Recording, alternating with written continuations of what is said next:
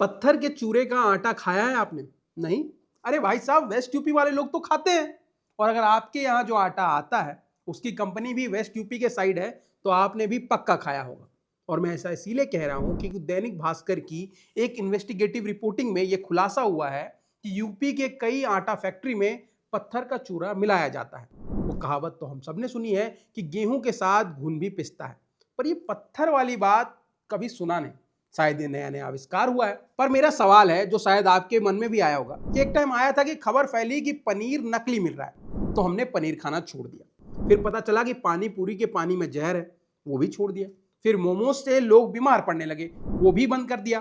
तब थक हार के समझ आया कि चलो खुला हुआ सामान ही छोड़ देते हैं, अब सिर्फ पैकेट वाली चीजें खाएंगे। पर तभी खबर आती है कि पैकेट मसालों में कीटनाशक है, आटे में मिलावट है, सॉस कद्दू से बन रहा है, बिस्किट में मैदा है, जूस में जूस ही नहीं। तो अब खाए क्या? और सबसे बुरी बात यह है कि बीमार पड़ गए तो दवाई में भी मिलावट है। तो सवाल यह है कि इतनी मिलावट हो क्यों रही है, कर कौन रहा है, और सबसे बड़ी बात, रोका क्यों नहीं जा रहा है इसको। बात की शुरुआत उस लोगों से करते हैं जिसे देखकर आप पैकेट उठाते हैं, FSSAI का लोगो, जिसे आप शुद्धता की मोहर मानते हैं। टीवी पर ऐड भी आता है कि भैया खरीदने से पहले इसको जरूर चेक करो। ये एक पैकेट का खाने वाला जो रक्षक है, और इस महान रक्षक का अवतरण इस महान भारत भूमि पर 2006 में हुआ था। और एक बात पता है आपको, जिस लोगों को हम शुद्धता का प्रमाण पत्र मानते हैं वो लोगों सेफ्टी की गारंटी ही नहीं है, वो सिर्फ एक रजिस्ट्रेशन नंबर है। तो आज इस लॉजिकल के वीडियो में इसी लॉजिकल टॉपिक पर बात करते हैं। भारत की सुंदर और अपने खाने के लिए मशहूर राजधानी दिल्ली में एक महिला अपने रसोई में दोपहर की धूप में सूखने के लिए उबलती हुई हल्दी को एक ट्रे में फैलाती है।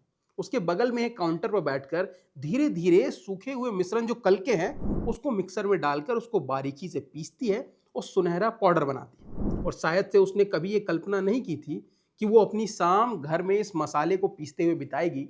पर जब हम उनसे पूछते हैं इस बारे में, तब वो कहती है कि मैं ऐसा करना तो नहीं चाहती, पर क्या करें, बाजार में बिकने वाली चीजों पर अब भरोसा नहीं कर सकते। और कहीं ना कहीं वो ये बात कहने वाली अकेली महिला नहीं है।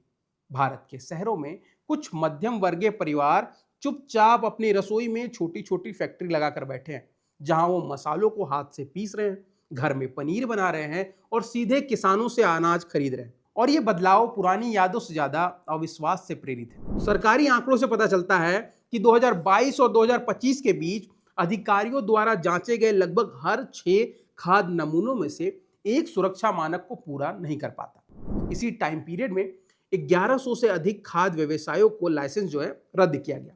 और इस पर ही विशेषज्ञों का कहना है कि ये असफल मामले खराब स्वच्छता और लेबलिंग उल्लंघन से लेकर के मिलावट से जुड़े हुए मामले तक किसी भी कारण से हो सकते हैं। अब कुछ फैक्ट्स पर बात कर लेते हैं। जून 2024 में कर्नाटक सरकार ने पूरे राज्य से पानी पूरी के 260 सैंपल उठाए, उसमें से 43 फेल हो गए। करीब 22% पानी में ब्रिलियंट ब्लू, सनसेट येलो जैसे आर्टिफिशियल कलर मिले, यानी वो केमिकल जिन्हें कार्सिनोजेनिक कहा जाता है, आसान भाषा में कैंसर पैदा करने वाले। उसी साल मई में कर्नाटक को गोभी मंचूरियन और कॉटन कैंडी यानी बुढ़िया के बाल को बैन करना पड़ा, क्योंकि उसमें रोडामाइन बी मिला था, जो असल में कपड़े रंगने वाला टेक्सटाइल डाई होता है।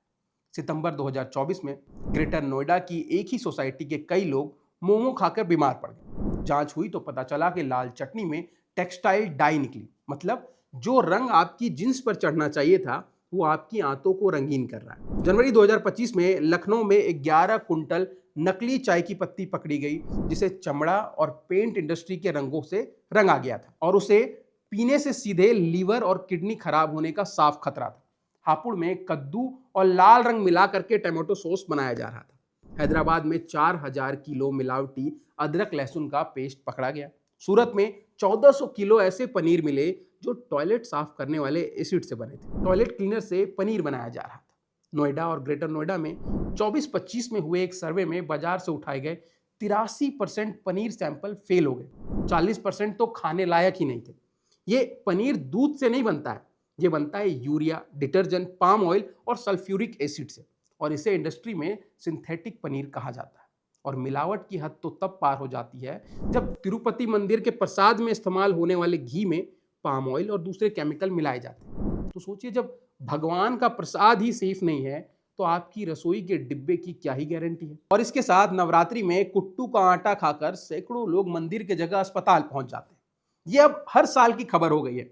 अब पैक्ड सामान पर आइए, जहां धोखा और भी बड़ा है, क्योंकि यहां मिलावटखोर अपराधी नहीं है, ये साइंटिस्ट बन चुके हैं। क्या से क्या मिलाकर क्या बना दे रहे हैं। ब्राउन ब्रेड में बस कलर ही ब्राउन है, और अगर प्रोडक्ट पर शुगर फ्री लिखा है तो उस प्रोडक्ट पर छोटा सा हैशटैग लगा होता है, जिसका मतलब है ये सिर्फ ब्रांड का नाम है, प्रोडक्ट की असलियत नहीं। मतलब अगर कल को कोई पॉइजन फ्री नाम से रखकर कोई जहर बेच दे तो झटका मत खाइएगा, क्योंकि नाम तो नाम होता है। अब 100% नेचुरल जूस जो सबको यही लगता है कि जिस संतरा निचोड़ कर डिब्बे में भर दिया गया है, पर नहीं, ऐसा नहीं होता है। इसमें सिर्फ 20% तक शायद जूस है, बाकी सब पानी या फिर शुगर सिरप है। 2024 में स्विट्जरलैंड की एक संस्था पब्लिक आई ने खुलासा किया कि नेस्ले भारत के बच्चों के सेरोलक में एडेड शुगर डालता है, जबकि यूरोप में बिकने वाली उसी प्रोडक्ट में ये नहीं है। और वजह सिर्फ इतनी सी कि वहां कानून सख्त है। तो आपके दिमाग में आ रहा होगा कि कानून यहां नहीं है क्या? तो इसका जवाब है कि बिल्कुल है, और बहुत सख्त है। FASSI एक्ट 2026 का सेक्शन 59 पढ़िएगा तो लगेगा कि मिलावट की तो उम्र कैद तो पक्का है। सेक्शन 32 में सुधार का नोटिस और सेक्शन 33 में तुरंत फैक्ट्री बंद करने का अधिकार दिया है। सब कुछ लिखा हुआ है, लेकिन जमीन पर हुआ क्या? 2024-25 में करीब 1,70,000 सैंपल टेस्ट हुए, 34,000 फेल हुए और सजा की दर सिर्फ 3.7% रही, यानी लगभग सब बचकर निकल गए। ज्यादातर केस प्रोसीजरल गड़बड़ी के नाम पर दब गए, क्योंकि सैंपल भेजने में एक दिन की देरी भी वकील के लिए चेन ऑफ कस्टडी का उल्लंघन बताकर केस खत्म करने का एक रास्ता है। और पूरे देश में एक साल में कुल जुर्माना कितना लगा? करीब 155 करोड़। 1.5 अरब की आबादी वाले देश में पूरे साल में 155 करोड़। इसके ऊपर कानून खुद कंपनी को बचने का रास्ता देता है। कोई ब्रांड अगर टेस्ट रिजल्ट से खुश नहीं है तो वो रेफरल लैब में दोबारा टेस्ट करवा सकता है, और वही फाइनल माना जाएगा। यानी जिसके पास पैसा और वकील है वो दोबारा पर्चा दे सकता है।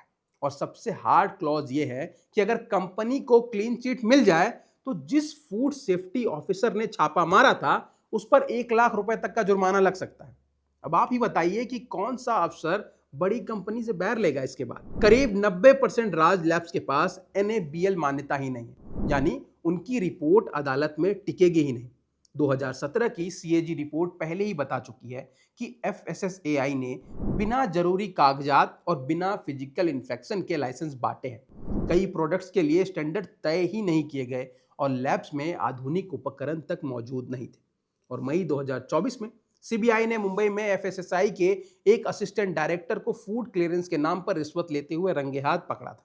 ऊपर से जब आप पूछते हो कि छापा क्यों नहीं मारते, तो जवाब मिलता है कि हमारा काम सिर्फ साइंस बेस्ड स्टैंडर्ड तय करना है, जमीन पर निगरानी राज्यों का काम। यानी FSSAI बताएगी कि कितना मिलावट किया जा सकता है, और राज्य देखेगा कि कोई उससे ज्यादा तो नहीं मिला रहा, पर बीच में जो जनता पिस रही है उसकी जिम्मेदारी कोई नहीं लेता। अब अगर पूरी दुनिया से तुलना करें तो बाकी दुनिया से जापान में 800 से ज्यादा कीटनाशकों को पॉजिटिव लिस्ट में रखा गया है, और अगर लिस्ट से बाहर 1% भी केमिकल ज्यादा मिलता है तो प्रोडक्ट को जहर घोषित किया जाता है।